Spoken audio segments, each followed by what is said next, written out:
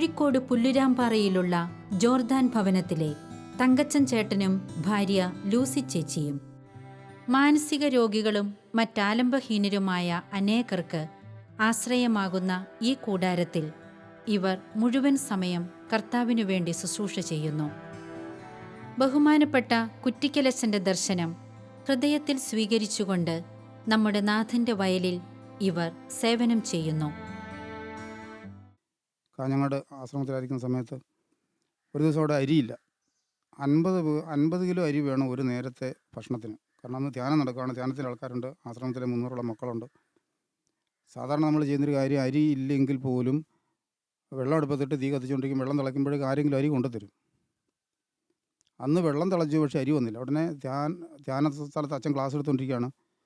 അടുക്കളയിൽ ഭക്ഷണം പാകം ചെയ്യുന്ന മനുഷ്യൻ ഒരു തുണ്ട് കടലാസ് എഴുതി അച്ഛൻ്റെ കൈ കൊണ്ട് കൊടുത്തു. അച്ഛാ 16 കിലോ അരിയേ ഉള്ളൂ, 50 കിലോ അരി വേണം, വെള്ളം തിളച്ചു, അരി വന്നിട്ടില്ല.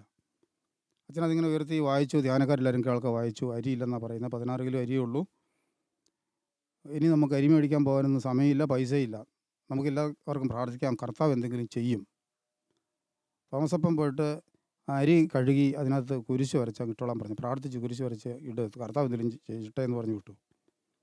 അദ്ദേഹം പോയി അരി കഴുകി കൈയുടെ വിരൽ കൊണ്ട് കുരിശ് വരച്ച് അരി, ഈ 50 കിലോ അരി വേകുന്ന ചെമ്പിലേക്ക് ഇട്ടു. അരി വെന്ത് വന്നപ്പോൾ ഈ 16 കിലോ അരി ചെമ്പ് നിറഞ്ഞ് മുകളിലിങ്ങനെ കൂമ്പാരം, ചോറ് മുകളിൽ ഇങ്ങനെ ഇടിഞ്ഞിടിഞ്ഞ് വീഴാൻ തുടങ്ങി. അദ്ദേഹം ഓടി വന്ന് പറഞ്ഞു, അച്ഛാ കർത്താവ് അത്ഭുതം പ്രവർത്തിച്ചു. എന്താണെന്ന് ചോദിച്ചു. അദ്ദേഹത്തിന് പറയാൻ പറ്റുന്നില്ല. വന്ന് കാണാൻ പറഞ്ഞു. ധ്യാനക്കാരെല്ലാവരും കൂടെ വന്നു നോക്കുമ്പോൾ ഇതാണ് സംഭവം. വലിയ തികഞ്ഞ ആണുങ്ങൾ വാവിട്ട് കരഞ്ഞുകൊണ്ട് ഇറങ്ങി ഓടുന്നത് കൊണ്ട് ഉൾക്കൊള്ളാൻ പറ്റുന്നില്ല. കാരണം 16 കിലോ അരി കൊണ്ട് 50 കിലോ അരിയുടെ ചെമ്പ് നിറഞ്ഞ് തുളുമ്പി മറിയുക.